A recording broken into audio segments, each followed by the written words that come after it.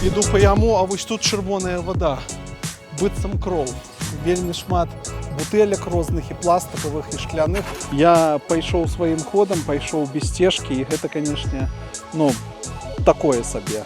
Крышачку заблукаў, таму зараз кіламетры 3 трэба ісці па шашы. Калі ты не хочаш, нічога не будзе. Вітаю, шаноўнае спадарства! З вами Алесь Пазняк, і вы глядзіце чарговы беларускі крок. На гэты раз з Кападокіі. Так, я знаходжуся у Турцыі, у вельмі цікавай мясцовасці, у анклаве такіх гарадкоў пад агульнай назвай Кападокія. І ў гэтым кроке я распавяду пра гэтую мясцовасць.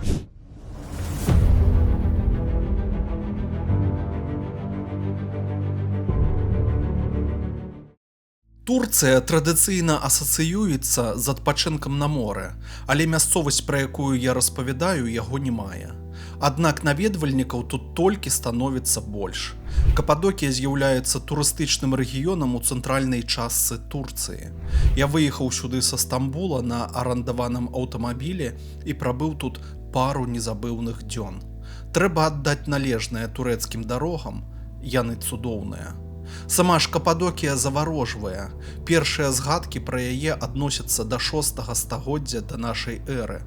Тады гэтыя землі належалі персам. Пазней рэгіён далучыўся да Рымскай імперыі, а затым да візантыйскай.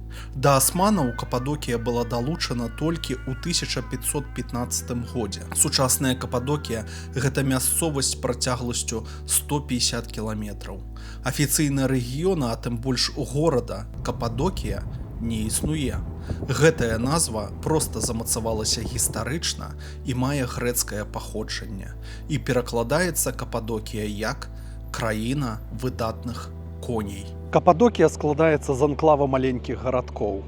Тут дамы перакрыжоўваюцца з нейкімі прыватнымі крамамі, шмат музеяў, людзі ходзяць, сабакі бегаюць. Такі свой вайб, свая энергетыка, свая атмасфера.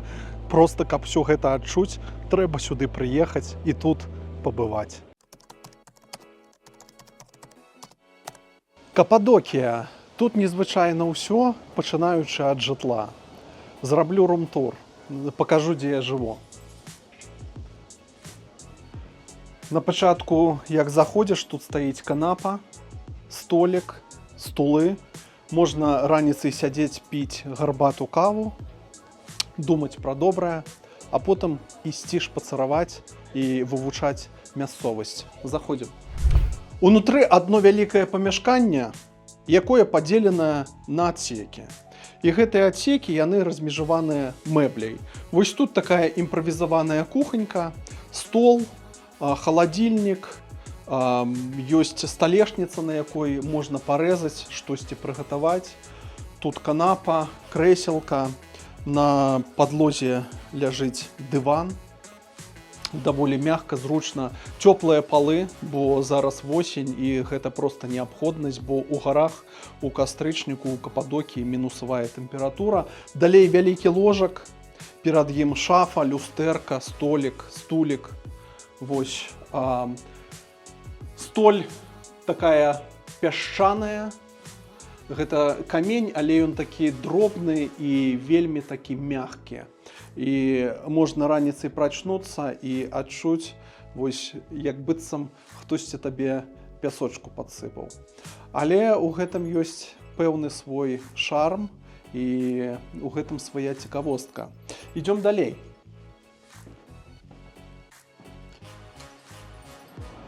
Тут ванны пакой, душ, туалет, ракавіна. Таксама ўсё ў такім у пячорным стылі. Вельмі цікава і вельмі прасторна. Вось такі пакой. За $40 у суткі. Тут, канешне, усе кажуць, што гэта горад, але па майму ўяўленню гэта не горад, гэта вёсачка. А мае яна каларытную назву Мустафа-Паша. За вакном сонейка, але моцны вецер, ноччу была мінусавая тэмпература, выратоўвала цёплая падлога. Ад холода і 2 цёплых коўдры. Вось. Зараз буду вывучаць мясцовасці, паглядзім, на ўсю гэту кападакійскую прыгажосць. Жыллё я замаўляў на Airbnb і спыніўся сапраўды ў цудоўным месцы.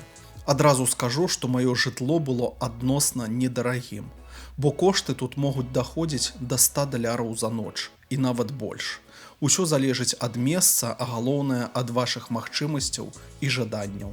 Можна зняць нумар у сапраўднай пячоры, а можна жыць у такім месцы, як я, і заплаціць у 3 разы меней. Некаторыя наведвальнікі спяць тут прама ў машынах, каб не пераплочваць за гатэлі і гасцявыя дамы. У маім жа нумары было ўсё акрамя пліты. Аднак маленькія мясцовыя крамы і кавярні цалкам задавальнялі пытанне з ежай. Што я яшчэ заўважыў, што тут вельмі ціха. Я прыехаў позна, было каля 12 гадзін ночы, і стары турак, гаспадар, который мяне сустрэў з такімі даўгімі сівымі вусамі, вось ён размаўляў са мной на ламанай ангельскай мове, але папрасіў, каб таксама у доме было ціха. Мо яны ўжо мелі пэўныя праблемы з замежнікамі тут, альбо, можа, мусульмане, вось, і мячэць стаіць побач, я не ведаю. Але я ўжо ўбачыў, што тут гучыць шмат моў, людзі з розных краін свету, вось, але ў гэтай вёсачкі вельмі і вельмі ціха. Мустафа Паша – гэта ціхая невялічкая вёсачка. Яна, напэўна, найменш вядомая сярод астатніх у Кападокіі. Можа быць, таму я і абраў яе для свайго размяшчэння. Тут шмат рэштак сівой старажытнасці, якая з-за мяккай пароды каменя з часам руйнуецца і ператвараецца ў пыл. І гэта яшчэ адзін напамін пра тое, што няма нічога вечнага на нашай зямлі. Апынуцца пад уражаннем можна адразу, як выходзіш з дома, дзе ты жывеш. Я фактычна прайшоў некалькі метраў і ўжо апынуўся ось у такіх скальных руінах, былых дамах, дзе калісьці жылі людзі, і вось тут проста пахне нейкай тысячагадовай гісторыяй. Цікава тое, што аж да пачатку 20-го стагоддзя большасць насельніцтва Мустафа Пашы складалі грэкі. Ранейшая назва гэтага мястэчка – Сінасос, што ў перакладзе з грэцкай азначае «горад рыбакоў». Вызнаванне розных рэлігій у гэтай мясцовасці не перашкаджала туркам і грэкам жыць у сяброўстве. На жаль, мірнае жыццё перапынілася ў пачатку 1920-х гадоў. Пасля паражэння Грэцыі ў грэка-турэцкай вайне паміж Турцыяй і Грэцыяй у 1923 годзе была заключана дамова аб абмене насельніцтвам. Туркі выязджалі з Грэцыі ў Турцыю, а грэкі ў процілеглым кірунку. Такім чынам склад насельніцтва тут істотна змяніўся, а вось шмат традыцый засталіся нязменнымі на працягу стагоддзяў. Гарадок Мустафа Паша. Менавіта ў ім я і спыніўся на 2 дні. Што цікава, да пачатку 20-го стагоддзя горад меў іншую назву – Сінасос, што ў перакладзе азначае «горад рыбакоў», і большую частку насельніцтва калісьці тут складалі грэкі. Менавіта яны. І тут жылі людзі розных веравызнанняў, мусульмане, хрысціяне.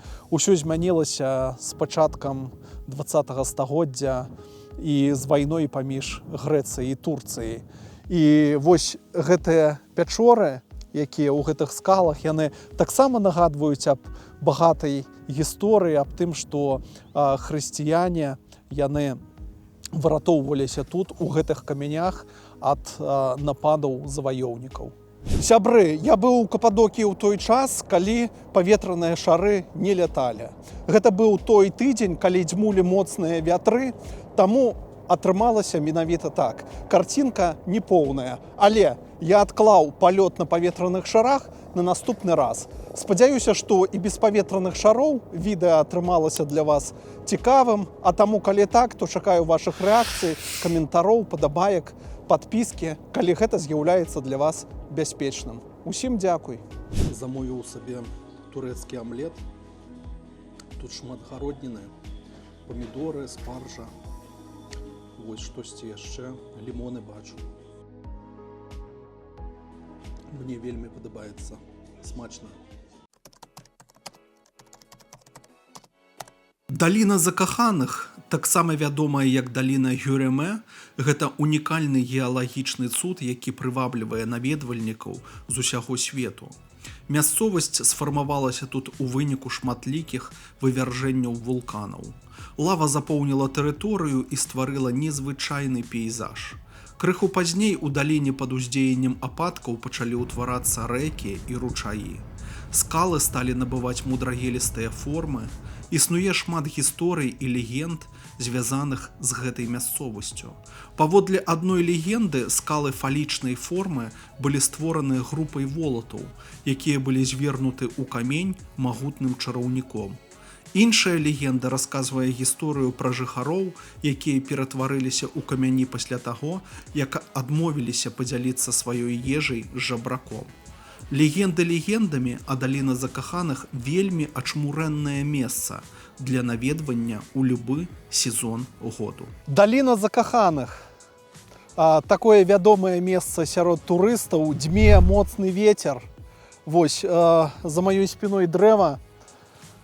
Тут, што дзіўна, завязана не тканіна, а нейкія сурвэткі, паперкі, і напісаны імёны розных людзей. Я не ведаю, чаму сурвэткі. Можа, у людзей проста не было з сабой ніякага зручнага матэрыялу, таму вось тут імёны, я так разумею, што закаханых напісаныя на сурвэтках і проста прымацаваныя да гэтага дрэва.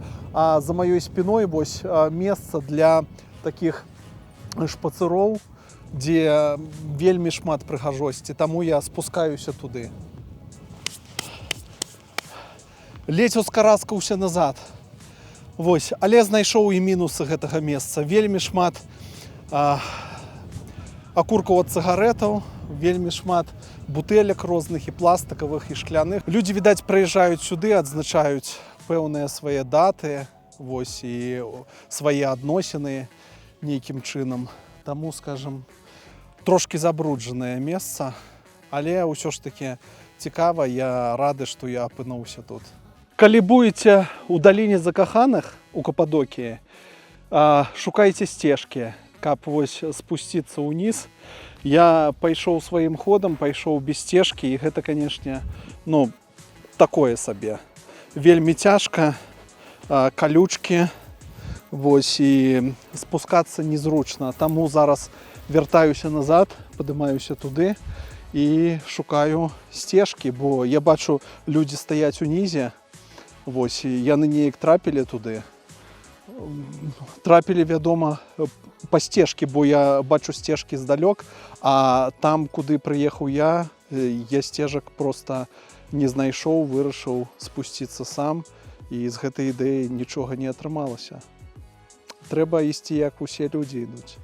Я не ведаю адкуль, але тут цэлая зграя маленькіх шчанят. Што яны тут робяць, я не ведаю. 1, 2, 3, 4, 5, 6. Я бачыў 6 шчанюкоў. Вось. Напэўна, хтосьці іх тут пакінуў. Яны проста тут гадуюцца. Ну і будуць тут лётаць. Такая банда будзе сабачая у даліне кахання. Я пад вялікім уражаннем. Я чытаў пра Кападокію, глядзеў відосы, дзе распавядаецца пра гэтую мясцовасць. Вось, апынуўшыся тут, пабачыў усё на свае вочы, і яна выглядае крышачку інакш, чым у маім уяўленні да таго часу, пакуль я не прыехаў сюды. Сапраўды, гэтую мясцовасць варта наведаць, вось, і паставіць такую птушку на мапе, дзе ты быў у сусветных такіх каларытных месцах. Канешне, дзіўна, але тут у даліне закаханых я бачу, што нехта займаецца агародніцтвам. За маёй спіной дрэвы і вось узараная зямля. Не ведаю, што яны тут вырошчваюць, бо восень, але па ўсім бачна, што гэтыя дрэвы яны даюць якісьці плод. Вось, што за яно тут? Ці слівы, ці можа якія абрыкосы, алыча, штосьці такое тут расце. Ну, таксама цікава, хтосьці з мясцовых вясковых жыхароў, відаць, тут абрабляе зямлю і дзяржава дала яму на гэта дазвол. А можа проста палічылі, што гэта таксама стварае каларыт гэтай мясцовасці, хаця тут столькі ўсяго можна глядзець і па пячорам палазіць, і ускарабкацца наверх, і уніз спусціцца, і ўвогуле проста прайсціся і падумаць аб вечным. Шчыра кажу, я не ведаю, што гэта за плады на дрэве. Падобна на яблыкі, але як бы і не яблыкі. Яны такія варсістыя, крышку валасатыя, такія жоўтыя. Вось, што гэта расце такое, я не ведаю, але дрэў ужо такіх шмат тут сустрэў. Вазьму адзін з пладоў і потым пачытаю, пашукаю ў інтэрнэце, што гэта такое. Скалы ў даліне закаханых зроблены з мяккага туфу, тыпу вулканічнай пароды, якая лёгка руйнуецца ветрам і вадой. Скалы маюць вышыню да 40 метраў і раскіданыя па ўсёй даліне, ствараючы унікальны і непаўторны ландшафт. За маёй спіной знаходзяцца вельмі цікавыя скалы. Яны такой фалічнай формы, таму акрамя таго, што гэта даліна называецца далінай кахання, яна яшчэ ў народзе тут у Турцыі называецца далінай фаласаў. І турысты таксама прыходзяць у гэтую мясцовасць, бо прываблівая сама назва. Ну, такі факт проста. Трошкі халаднавата. Я б не раіў бы прыязджаць сюды менавіта ўвосень альбо ў зіму. Напэўна, ўсё ж такі вясна, лета гэта самыя лепшыя такія часіны для таго, каб наведаць Кападокію. Але ўсё ж такі, калі вы ў гэты час завіталі сюды, то пакуль вы спусціцеся зверху ўніз, то ўжо будзе цёпла, можна сагрэцца. Я вось стаю у цішотцы, потым у мяне худзі і куртка, ну як бы такое сабе, трошкі халаднавата. Але ўсё ж такі, калі рухацца, быць бадзёрам такім, а не проста стаяць на месцы, то ўсё будзе добра, ўсё будзе файна. Сапраўды, апынуўшыся тут, уяўляеш сябе на якойсьці іншай планеце. Ландшафт проста нейкі касмічны. Вось, нават і не падумаеш, што ты знаходзішся на планеце Земля. На якой унікальнай зямлі мы ўсё ж такі жывём. Якая яна разнастайная. Вось, і знаходзячыся тут, у Кападокіі, Гюрэмэ, сярод гэтых скал, сапраўды захапляешся тым, вось, што створана у нашым сусвеце. Знаходжуся ў пячоры. Гэта такая маленькая пячора, якая ў скале.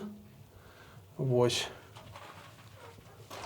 Напэўна, тут калісьці жылі людзі. Сядзелі нейкія манахі. Што яны тут рабілі, не ведаю. Перапісвалі Біблію, а можа і Каран. Не, Біблію. Тут хрысціяне хаваліся ад мусульман, бо хрысціяне яны міралюбівыя былі, а мусульмане іх троху крыўдзілі. Па гісторыі так. Вось такая пячора. Іх тут вельмі шмат, яны глыбокія, гэта я проста залез у такую малую пячору. Насамрэч тут пячоры, ісці і можна заблукаць. Але не ва ўсе такія пячоры запускаюць людзей, якія прыязджаюць сюды. Вось так. Турысты таксама могуць пэўную шкоду зрабіць тут.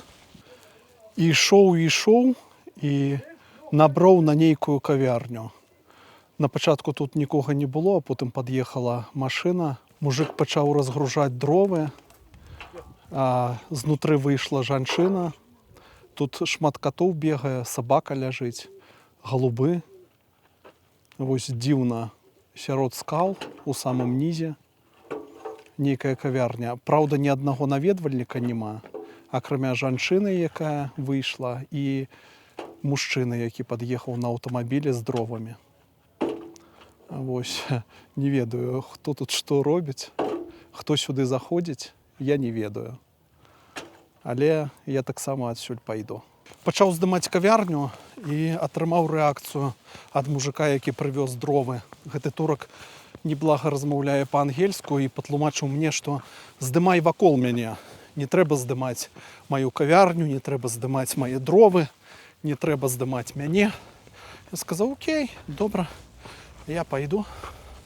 Вось. Калі ты не хочаш, нічога не будзе. Ну вось так. Пасля няцёплай сустрэчы я знайшоў канадцаў і 2 кітайцаў, з якімі змог трохі паразмаўляць і абмяняцца ўражаннямі ад мясцовасці. Яны былі ў адрозненне ад мясцовага турка прыязнымі і ветлівымі. Блукаючы тут па Гюрэмэ, пазнаёміўся з адной сямейнай парай з Канады. Паразмаўляў з імі і, ў прынцыпе, прыйшлі да адной высновы, што гэтая мясцовасць нагадвае чымсьці амерыканскія штаты Арызона альбо Юта. Вось па складу скал, гор, штосьці падобнае. Адзінае, што няма там такога, вось як за маёй спіной цяпер.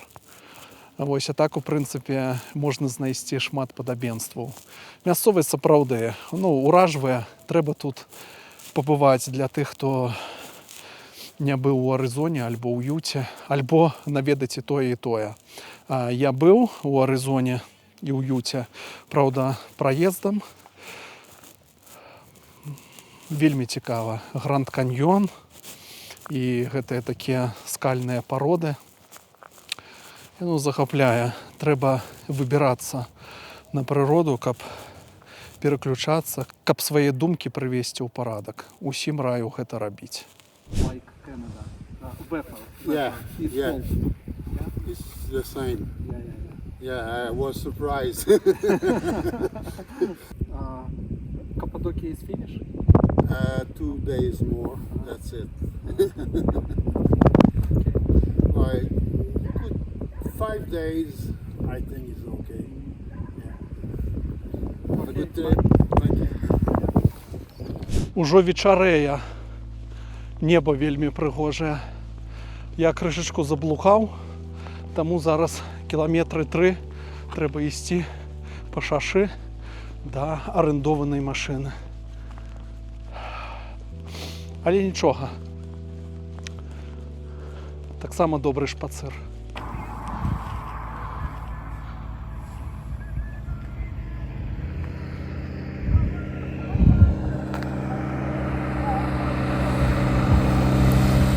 Звечарэла ў даліне вельмі хутка.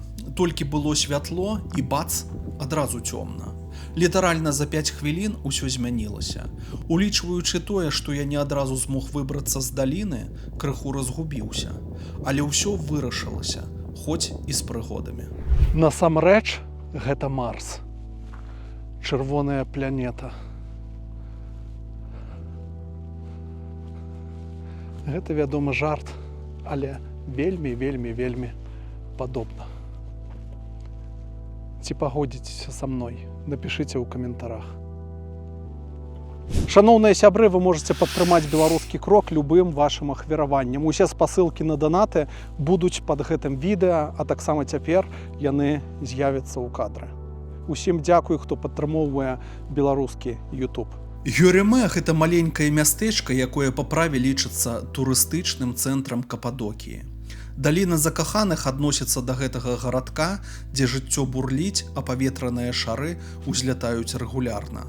Хаця з-за ветру мне з палётам на шары не пашчасціла, круглагадовая даступнасць палётаў на паветраным шары, калі дазваляе надвор'е, яшчэ больш павялічвае папулярнасць рэгіёна.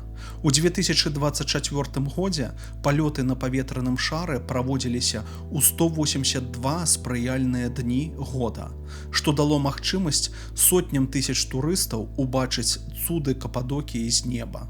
Паколькі палёты здзяйсняюцца на світанні, пасажыры могуць атрымаць асалоду ад рэгіёну, асвечанага ранішнім сонцам. Калі вы раптам нечакана захацелі перакусіць і не хочаце гэта рабіць у кавярні альбо рэстарацыі, у Гюрэмэ ёсць супермаркет, ён, праўда, адзін, называецца BIM. І вось тут ёсць усё, і сыры, і мясныя вырабы, і хлеб, і шампунь нават, гель для душа. Вось. Кошты абсалютна адэкватныя, нармальныя. Сюды, я бачу, ходзяць і мясцовыя жыхары.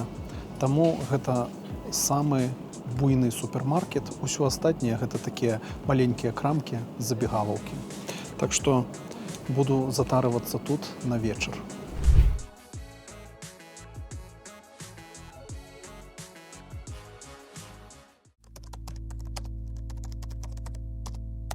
Возера Туз, якое перакладаецца з турэцкай як соль, галоўная прыродная славутасць у наваколлях Анкары на шляху ў Кападокію. Між тым, гэта не проста другі па велічыні вадаём Турцыі, які знаходіцца ў самым сэрцы краіны, але і адно з найбуйнейшых гіперсалёных азёр у свеце з унікальнай экалогіяй. Толькі ўявіце сабе, 1665 квадратных кіламетраў роўнай паверхні літаральна да самага гарызонту. А вось яго глыбіня, як ні дзіўна, складае ўсяго 1-2 метры.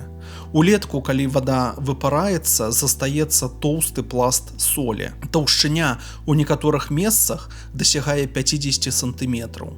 3 шахты, размешчаныя на возеры Туз, забяспечваюць 70% патрэбнасці ў солі краіну. Соль тут складаецца з вялікіх крышталікаў правільнай кубічнай формы. Я браў яе ў рукі і каштаваў на смак.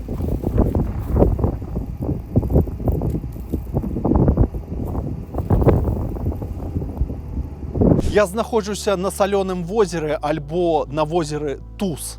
Яно знаходіцца ў цэнтральнай часткі Турцыі. У прынцыпе, на аднолькавай адлегласці паміж Анкарой, сталіцай Турцыі, і паміж Кападокіяй. 120 кіламетраў да Анкары, 140 кіламетраў да Кападокіі, вось менавіта з гэтай кропкі. Возера вельмі унікальнае. Тут здабываецца 100% турэцкай солі. І тут водзяцца такія птушкі і жывёлы, якія больш нідзе не сустракаюцца на нашай планеце. Тут проста цікава прайсціся, паглядзець на гэтыя белыя бескрайнія абшары, якія рассцілаюцца з двух бакоў ад дарогі. Вельмі заварожвае. Такое відовішча сустрэнеш не кожны дзень. Хтосьці не паленаваўся і выклаў з камянёў надпіс на турэцкай мове. Я не ведаю, што тут напісана, але нехта прыклаў намаганне, каб усё гэта зрабіць. Гэта колькі камянёў трэба было спусціць зверху ўніз, каб з'явіўся гэты надпіс. Па маім назіранням, само возера яно цвёрдае. Менавіта ў гэты перыяд года, ў восень. Вось з берага як ідзеш, такое балота пад табой, земля правальваецца, ногі засмоктвае уніз, але чым ідзеш далей, тым земля становіцца больш цвёрдай. І гэта робіцца за кошт таго, што у гэтага возера саляная корка. Не ведаю, наколькі б я прайшоў уперад, я маю на ўвазе колькі метраў, там, сотняў метраў, можа кіламетраў наперад, але я бачу перад сабой цвёрдую саляную корку. Нездарма гэтае возера названа салёным возерам. Гэта возера цалкам складаецца з солі. З-за экстрэмальнай салёнасці вады ў возеры Туз могуць жыць толькі некаторыя мікраарганізмы. Менавіта дзякуючы ім паверхня возера афарбоўваецца ў ружаваты колер. Тым не менш, тут існуе самая вялікая ў Турцыі папуляцыя фламінга, якая сама па сабе з'яўляецца прыроднай славутасцю. На жаль, я іх не ўбачыў, бо было халодна, восень. Паспрабаваў соль на смак.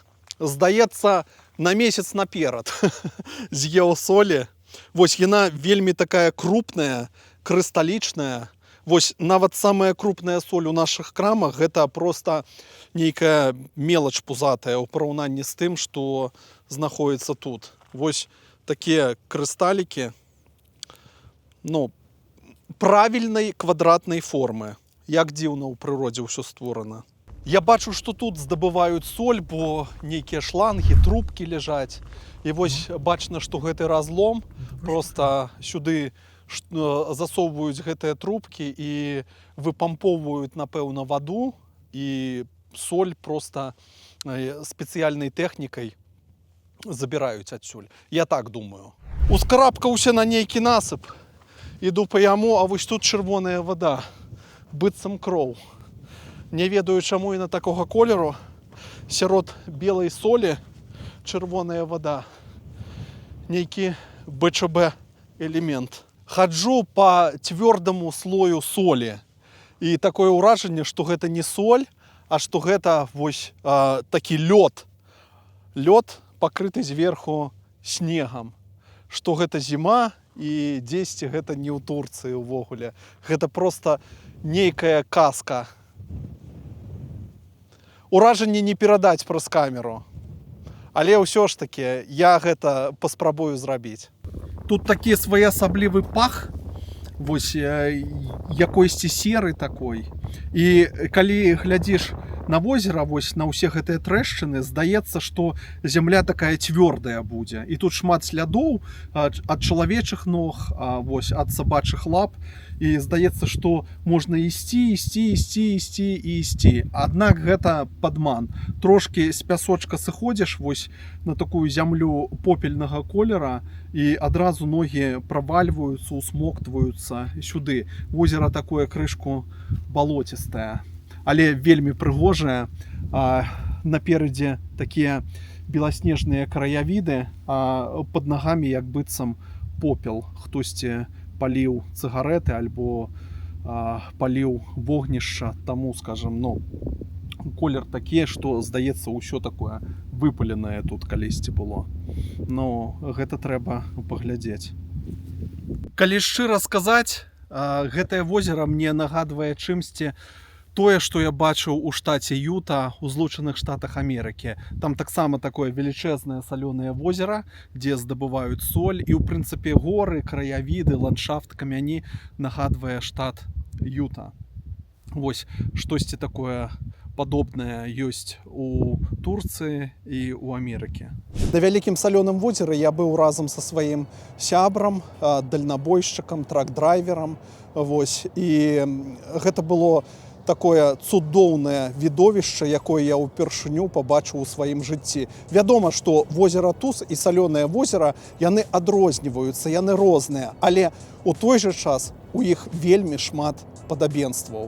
Спадзяюся, што і вялікае салёнае возера вам таксама зараз будзе цікава паглядзець.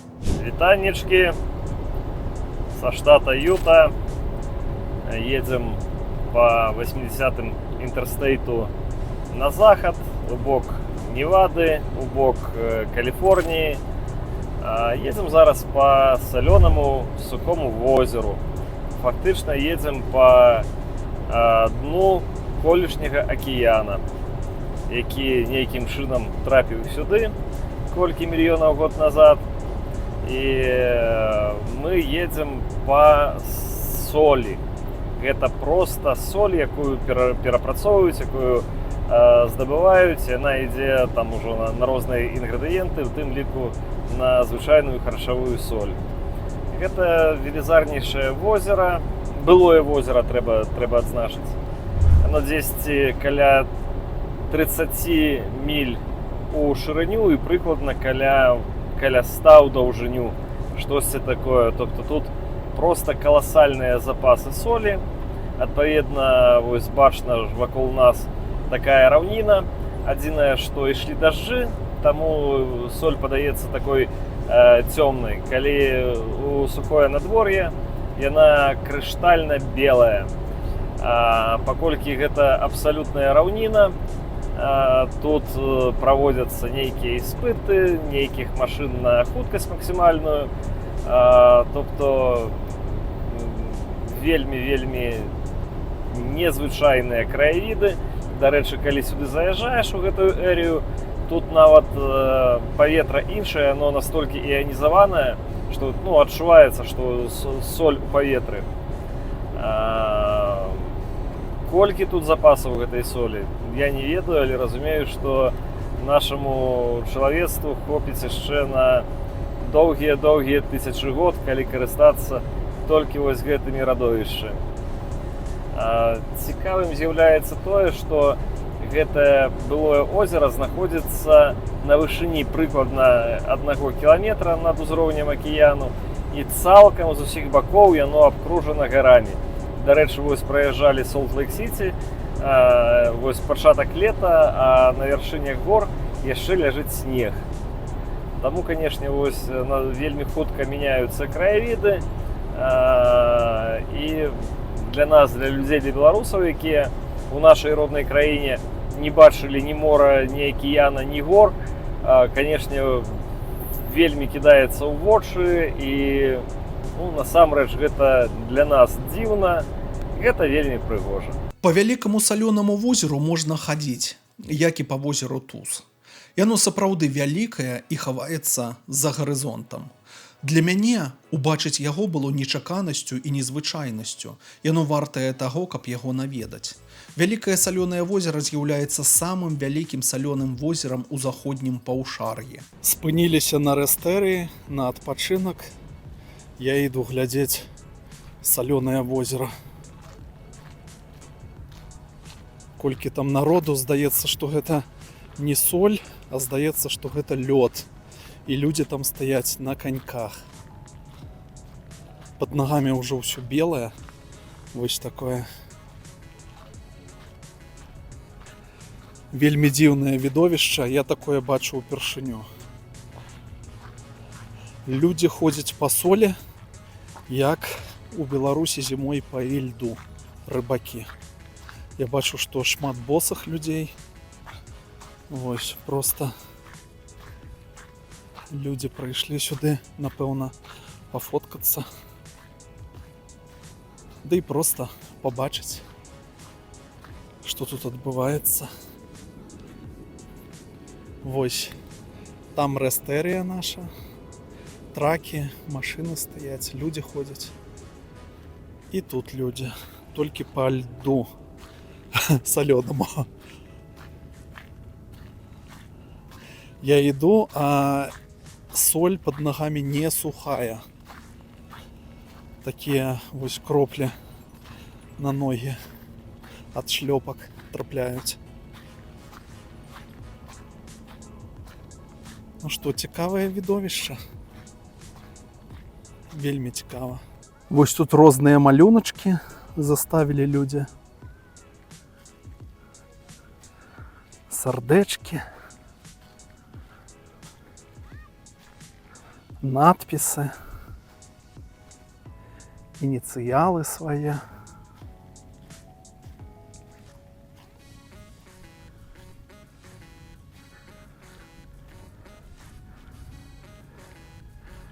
Вось такое дзіўнае, унікальнае месца. Дзіўныя краявіды вакол мяне.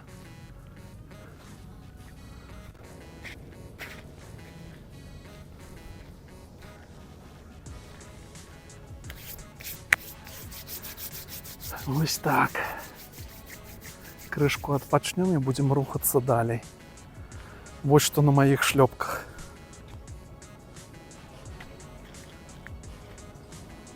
Саляныя наросты. Стаю сярод салянога мора. На вуліцы плюс 35.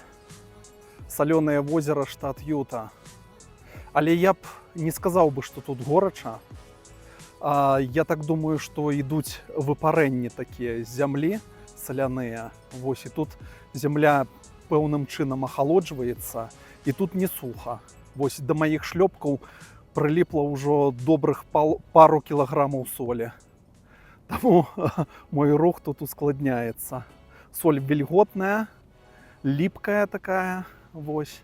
І я бачу, што некаторыя людзі ходзяць без абутка тут, босымі нагамі. Напэўна, гэта мае нейкі лячэбны эфект. Але я ўсё ж такі пабуду ў шлёпках, не буду разувацца. Вось, і пальцы ў солі. Звычайная харчовая соль, якую мы ўжываем у ежу. Цікавае відовішча. Вяртаюся назад да машыны, да трака нашага. Вось крышку пашпацыраваў, размяў ногі, падыхаў соллю. Зараз трэба рухацца далей. Я рады, што пабываў тут, у гэтым месцы. Застанецца памяць, застануцца ўражанні, застанецца гэтае відэа і фотаздымкі. Салёнасць вады вялікага салёнага возера ў сярэднім складае каля 12%, што робіць возера нашмат больш салёным, чым акіян. Возера было названа мёртвым морам Амерыкі. Вялікае салёнае возера з'яўляецца рэшткамі дагістарычнага возера Банівіль, якое пакрывала ў дагістарычны час тэрыторыю штатаў Юта, Невада і Айдаха. Канешне ж, такое відовішча захапляе, таму народ і збіраецца ў такіх месцах, і ўвогуле амерыканцы вельмі шмат падарожнічаюць па сваёй краіне.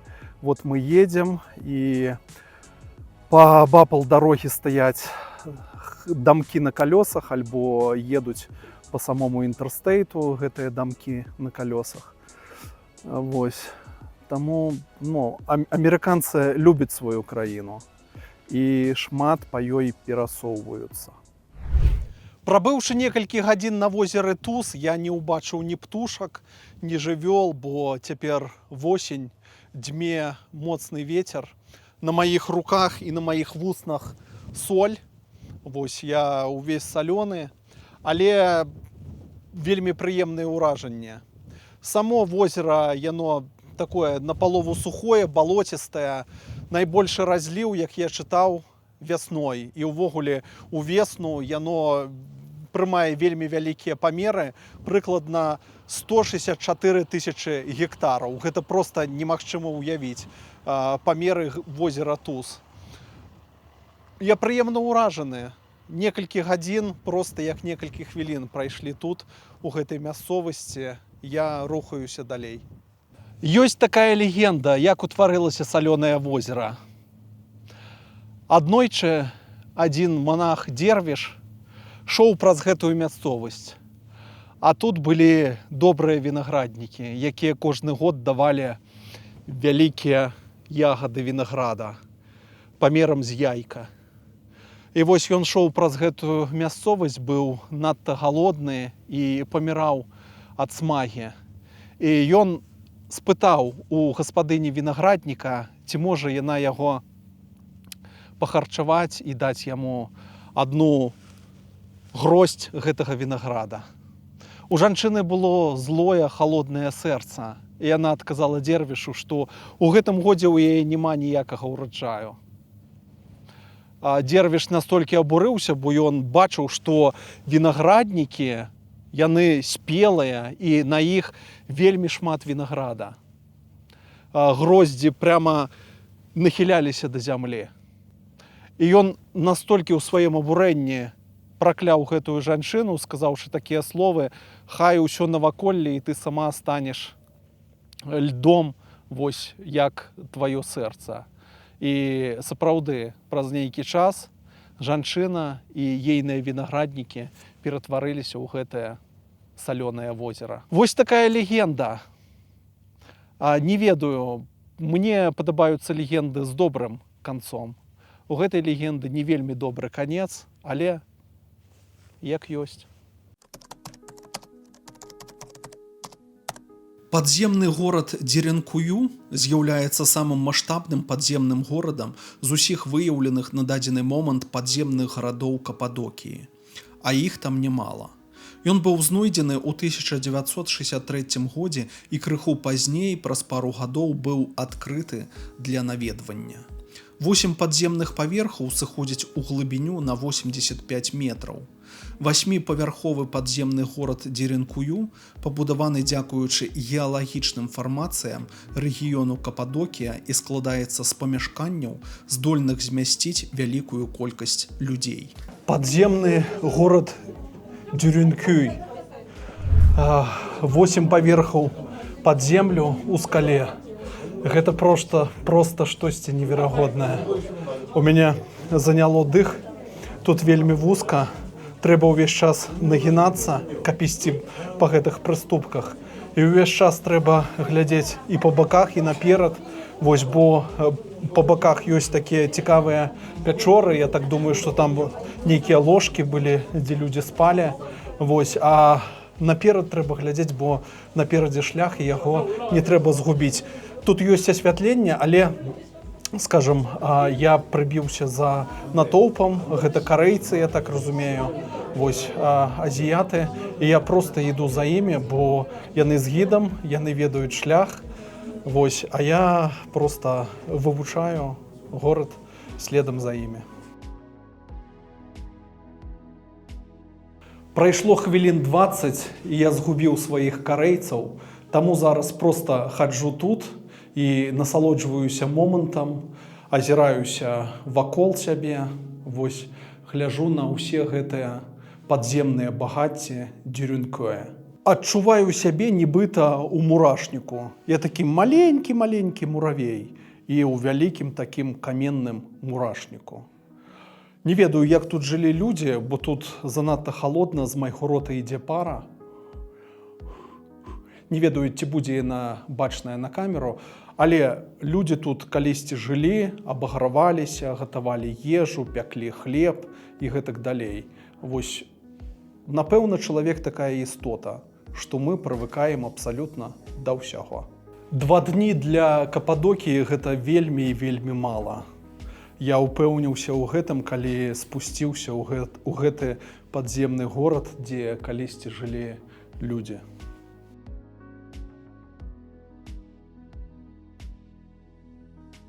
У гэтым месцы была старажытная царква. Менавіта тут збіраліся першыя хрысціяне і спраўлялі свае службы. Вось такая пячора аб'ёмістая. Я думаю, што тут магло змясціцца некалькі сотняў чалавек. У другім стагоддзі ад Раства Хрыстова першыя хрысціяне, ратуючыся ад пераследу Рымскай імперыі, прыйшлі ў Кападокію і пасяліліся тут.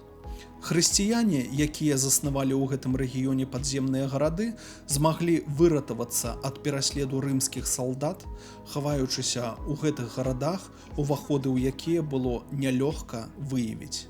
Паколькі ў падземных гарадах ім прыйшлося жыць доўгі час, не выходзячы вонкі, яны пашырылі сваю прастору, пабудаваўшы харчовыя склады, вентыляцыйныя шахты, вінакурні, цэрквы, манастыры, студні, туалеты і розныя іншыя памяшканні. Прабыў у падземным горадзе каля 2 гадзін.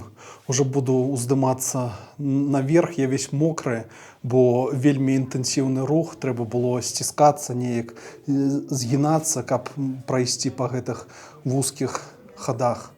Вось, і вельмі так дыханне тут займае. Карацей, калі будзеце тут, у падземным горадзе, то падумайце, калі ў вас ёсць страх перад закрытымі прасторамі, то не варта сюды ісці, альбо калі ў вас штосьці з ціскам, бо я бачыў тут жанчыну, якой стала дрэнна, і некалькі чалавек проста вакол яе стаялі, дапамагалі ёй прыйсці ў сябе. І напрыканцы хачу сказаць некалькі словаў. Маё падарожжа па Кападокіі заканчваецца. Я правёў тут 2 цудоўных дні.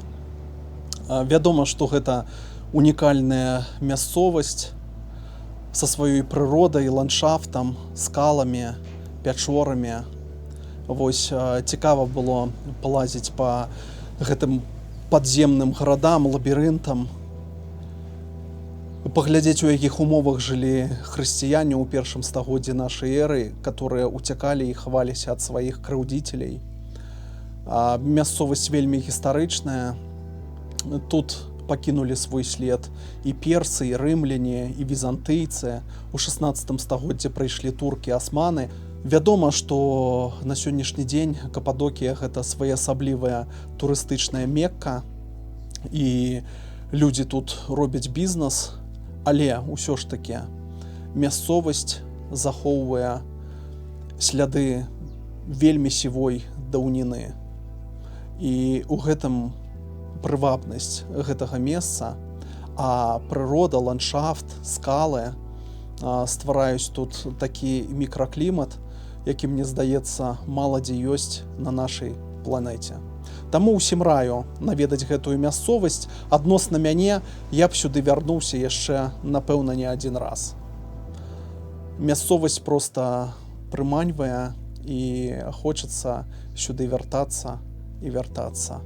Але час рухацца наперад. Сябры, вядома, што гэта не поўны агляд на Кападокію. Каб пабываць і паглядзець усе гэтыя кападакійскія вёсачкі, якія ўваходзяць у гэты такі сусветна вядомы на сённяшні дзень рэгіён, трэба значна больш часу. Я ж пабываў усяго пару дзён у Кападокіі, але спадзяюся, тое, што я адзняў, з'яўляецца для вас цікавым. Таму, калі гэта так, нагадваю яшчэ раз, не забудзьцеся пра вашыя рэакцыі, падабайкі, каментары. Я яшчэ раз вярнуся ў гэтую мясцовасць, каб палётаць на паветраных шарах і зрабіць яшчэ больш поўны агляд на гэтую цудоўную незямную мясцовасць.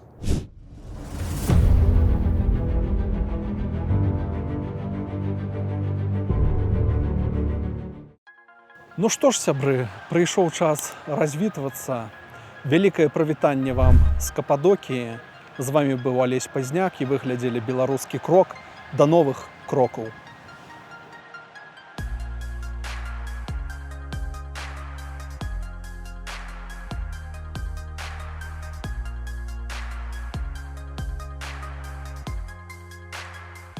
Стою на фоне надпіса «Кападокія».